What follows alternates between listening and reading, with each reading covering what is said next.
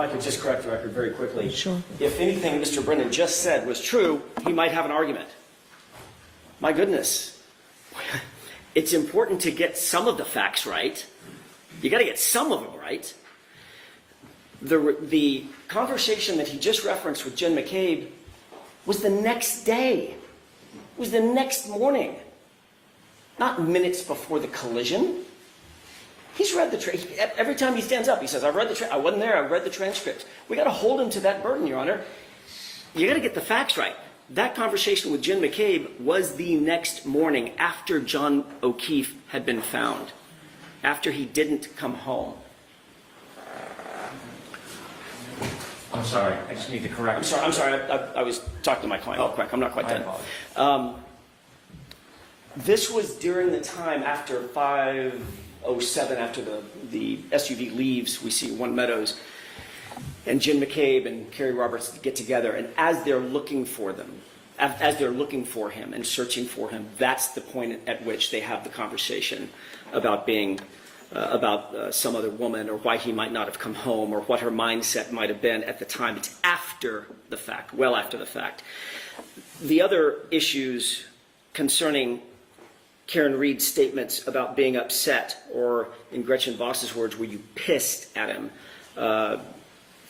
It was in context of when. When were you upset with him? When he didn't come back out, when he didn't come back to the car. After she left, she was angry. That's where all the voicemails take place. That's what she was talking about, having been angry. There is no evidence, none whatsoever, no evidence in the record. I want to make this as crystal clear as I can.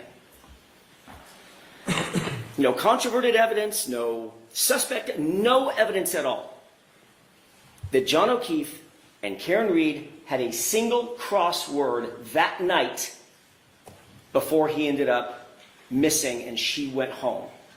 Before he ended up walking out of the car, going toward the house, and she ended up leaving when he didn't come back out.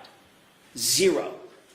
The only evidence that was propounded throughout that entire day was hours and hours earlier that morning, dealing with, did you feed the kids donuts?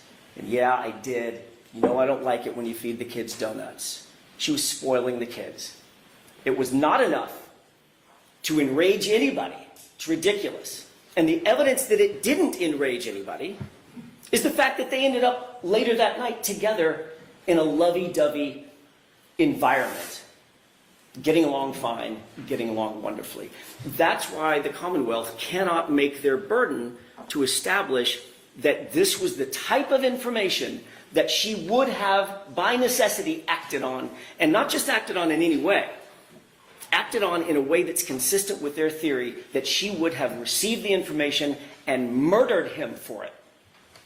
That's the hurdle over which the Commonwealth cannot leap for the admissibility of this type of evidence. It's far, far more prejudicial than it is probative.